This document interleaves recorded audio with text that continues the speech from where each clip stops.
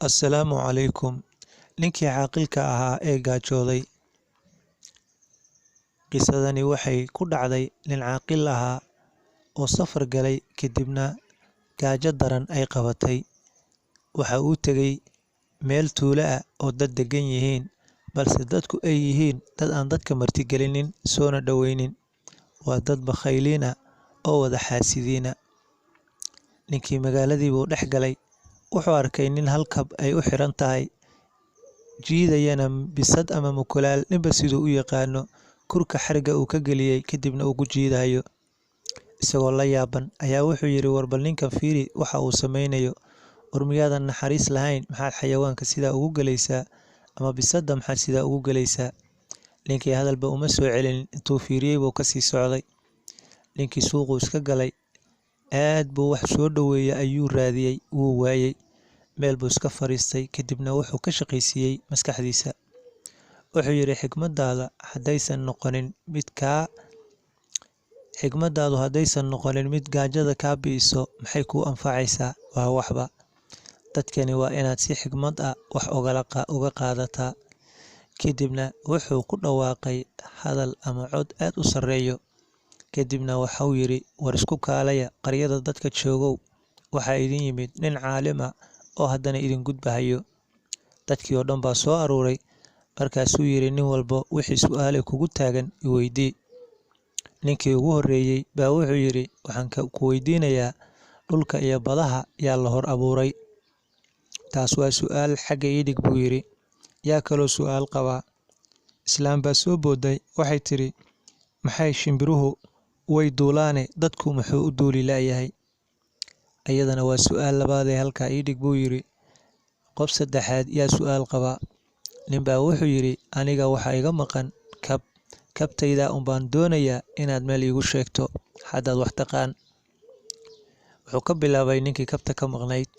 Wuxuu yidhi, kabta kaa maqan hadday kab midig tahay, nin bisad jiidayo, ninka ayaa kabtaadii sito, ninkaasaana kaa qaatay.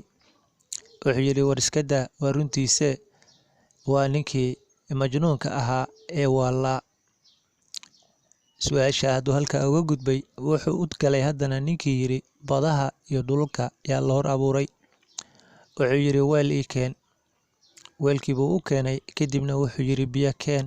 Biyihii buu keenay, kadib wuxuu yidhi, biyaha weelka ku shub. Weelkii buu biyaha ku shubay.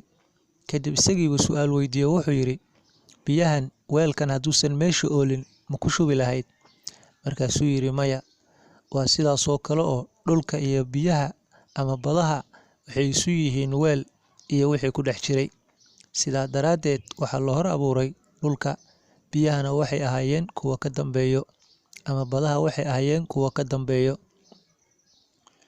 Intaa kadib wuxuu u gudbay su'aashii saddexaad oo ahayd, islaantii tiri, maan buubno sida shimbirahaba u buubaan?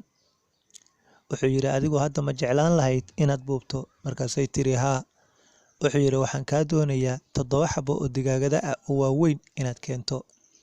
Kadibna digaagadihii baa la keenay. Digaagadihii buu qalay. Kadibna wuxuu ka rifay baalashii. Baalashii baa lagu dhadhajiyey islaantii. Wuxuu yidhi, baalasha intay xoogaw ka korahayaan halkaa joog. Kadibna weelkii biyaha ku jiray iyo digaagadii qallayd ayuu isku dhex ritay, dabkuu saaray. Kadibna halkii buu ku bisleeyey 7 xabbe ee digaagadaha ahaa. Cunis buu ku bilaabay. Wuxuu yidhi, war ciddii baahanay kaalaya ila cuna. Halkaa ayuu ninkii baahidiisii ku gutay, ama uu gaajadii kaga ba'day. Dadkii bakhayliinta ahaana uu uga qaatay wax uu ka cuno iyo wax uu maaragtaye ku noolaado.